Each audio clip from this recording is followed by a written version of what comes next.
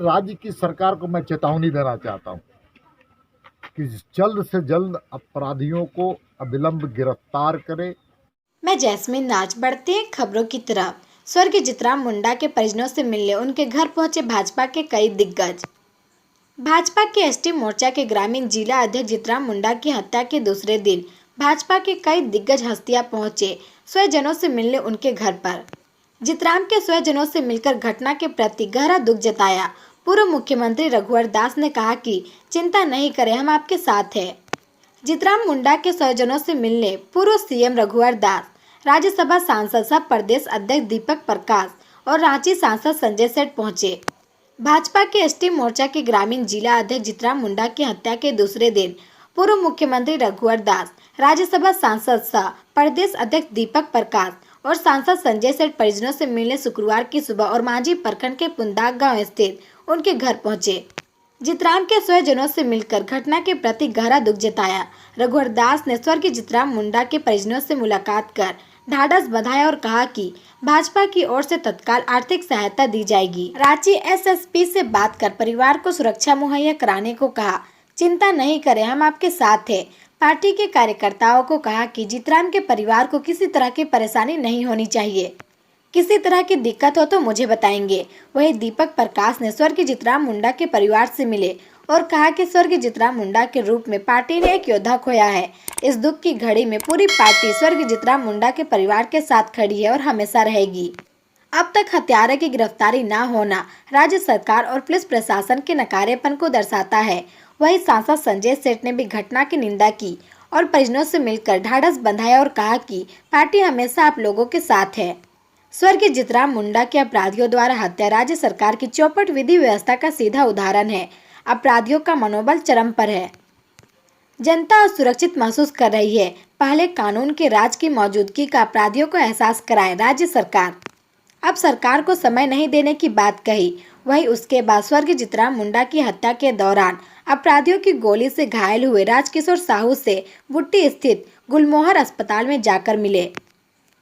इस दौरान प्रदेश महामंत्री आदित्य साहू, खिजरी के पूर्व विधायक रामकुमार पहान, काके विधायक समरी लाल सहित पार्टी के कार्यकर्ता लोग भी मौजूद थे।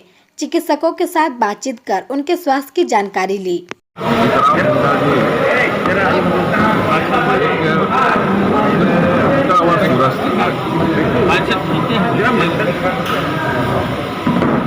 सरकार की नाकामी के चलते कानून व्यवस्था ध्वस्त होने लगा है। उसका हुआ सूरज जीतराम मुंडा के जनजाति समाज के साथ साथ भारतीय जनता पार्टी के बहुत ही अच्छा कर्मठ निष्ठावान पार्टी के प्रति समर्पित पार्टी को बहुत बड़ी क्षति हुई। साथ ही साथ जनजाति समाज को भी बहुत और जब से गुजरात में माननीय हेमंत सोरेन जी के नेतृत्व में सरकार बन गई, 19 महीने के कार्यकाल में कानून व्यवस्था ध्वस्त और एक ऐसी विडंबना है कि एक आदिवासी मुख्यमंत्री रहते हुए अधिकांश हत्या आदिवासी समाज के लोग, अधिकांश बलात्कार आदिवासी महिला के, अधिकांश बलात्कार हत्या आदिवासी बच्चों गुजरात में अब लगता है कि अराजकता की इसलिए मैं राज्य सरकार से मांग जो आप सत्ता का शासन का राजनीतिकरण कर और बहुत दुखद बात है कि इतनी बड़ी घटना होने के बाद भी और आदिवासी महिलाओं का बलात्कार हो, हत्या हो, आम जन की हत्या हो।